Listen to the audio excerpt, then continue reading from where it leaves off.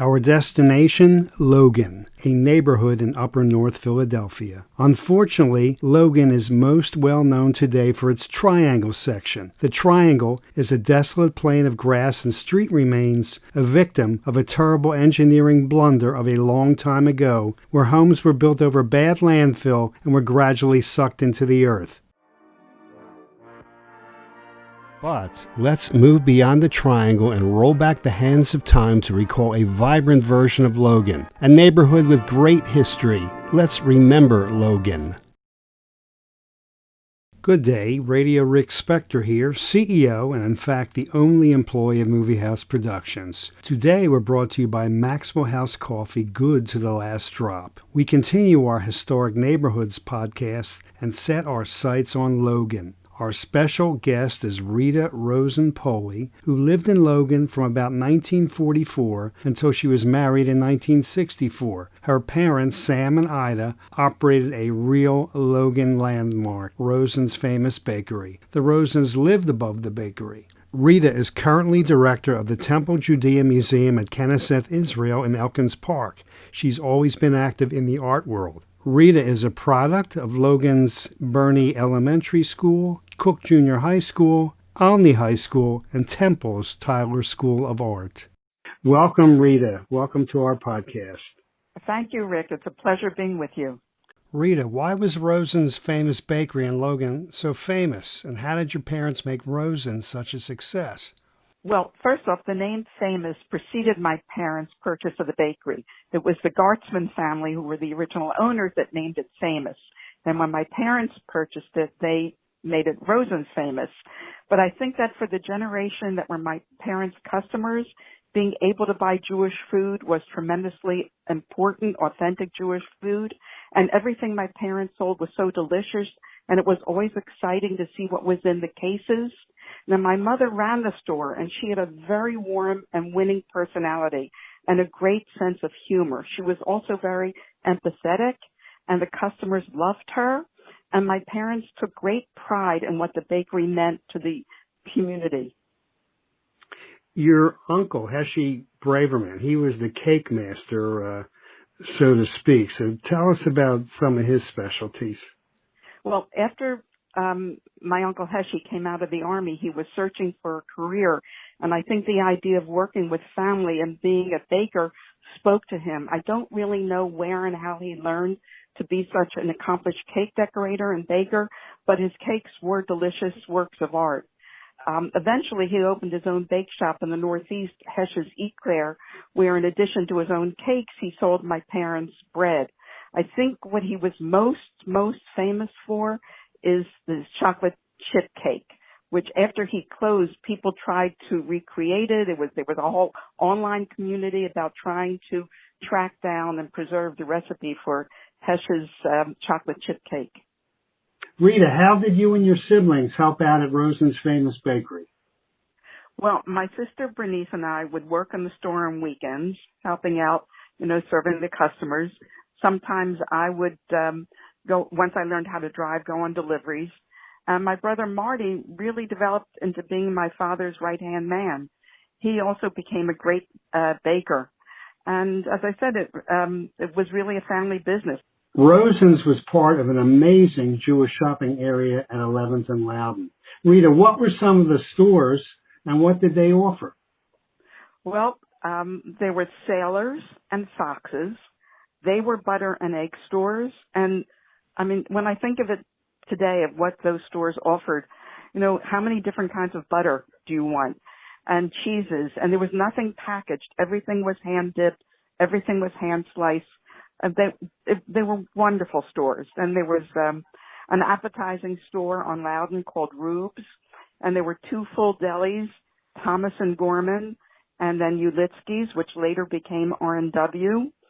And you could get everything that you could find in a Jewish deli there. And they also sold housewares because nobody went to a supermarket. So they were also like, if you needed coffee or mayonnaise or oil, you got them at Thomas and Gorman or Ulitsky's. There were two grocers, Phillips and Roseman's, also on Loudon, and they sold live carp. And as a little girl, boy, that was fun to go into those stores and see the live carp. There were 3 Jewish bakeries within a block of each other. On 11th Street was my parents, Rosen's Famous, and also the White Palace. And around the corner on Loudon was the new Logan. There was a kosher butcher, Herbie Burger.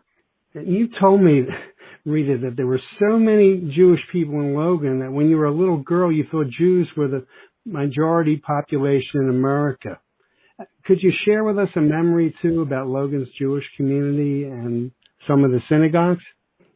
Well, one of the stranger ones was, because I was a little girl I was born in 1942, and after the war, there was a big influx of survivors.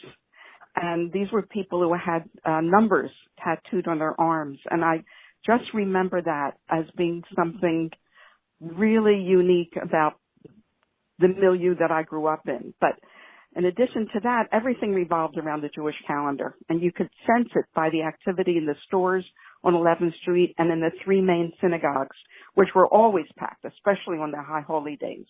And Sukkot was a huge holiday. And my cousin Linda and I together would carry a giant challah to the sukkah at Beth Judah of Logan. We felt like royalty walking up the street into the sukkah with the challah. It was a very special place to grow up. And your father was a noteworthy official of Beth Judah. Yes, he was president of the synagogue for many, many years. He was also president of the Hebrew Master Bakers Association in Philadelphia for many, many years. Rita, some new terminology for Radio Rick Spector. What is a shtibel? A shtibel was a very small synagogue, almost like a mini yeshiva, and it would be located in the home of a very Orthodox rabbi.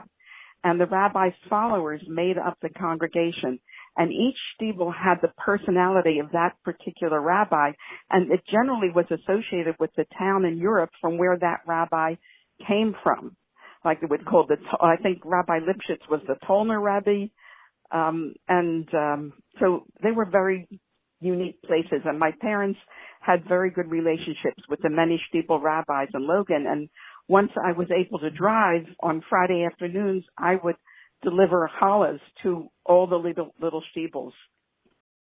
Let's shift gears a little bit and talk about what did the kids do in Logan for fun. Share some memories. The younger children would go to the merry-go-round in Hunting Park. And also in the winter, the driveways on 10th Street and 11th Street had big dips in them, and you could sled if there was snow. And that's what the little kids did. The big kids would hang out in the alleys and play stickball or jacks, ride bikes. We would roller skate. And on Saturday afternoon, we always went to the movies. The 3 movie theaters were the Logan, the Rockland, and the Broad. And when you got a little older, you could go to Broad and Olney and shop. Tell us about the Asia restaurant. That was a Logan landmark. Yes, the Asia was a Chinese restaurant which was right next to the Logan movie theater. And we went there every week, and it was just a very foreign environment with this delicious cuisine, which was very far from the matzo balls and gefilte fish that we were having at home. So, that was the most popular restaurant that I remember from childhood. A fun activity for Logan residents, Rita, we discussed a little bit, was a day down the shore. Now, how did your family spend a day in Atlantic City? Some of your memories. Well, everything seemed to have to do with eating. And my parents worked very long hours, and they didn't really get a lot of time off. And often at the end of the day, we would just all pile into the car and drive down to Atlantic City for dinner. We would go to Captain Starnes, and we would come home the same evening. The only time they really could relax a bit was during the week of Passover, when the bakery would be closed. And then we would go to New York, stay in the Astor Hotel, and see shows and eat in the kosher restaurants. We'll be back in a moment to remember some more of Logan with Rita Rosen Poley. And now a word from our sponsor, Maxwell House.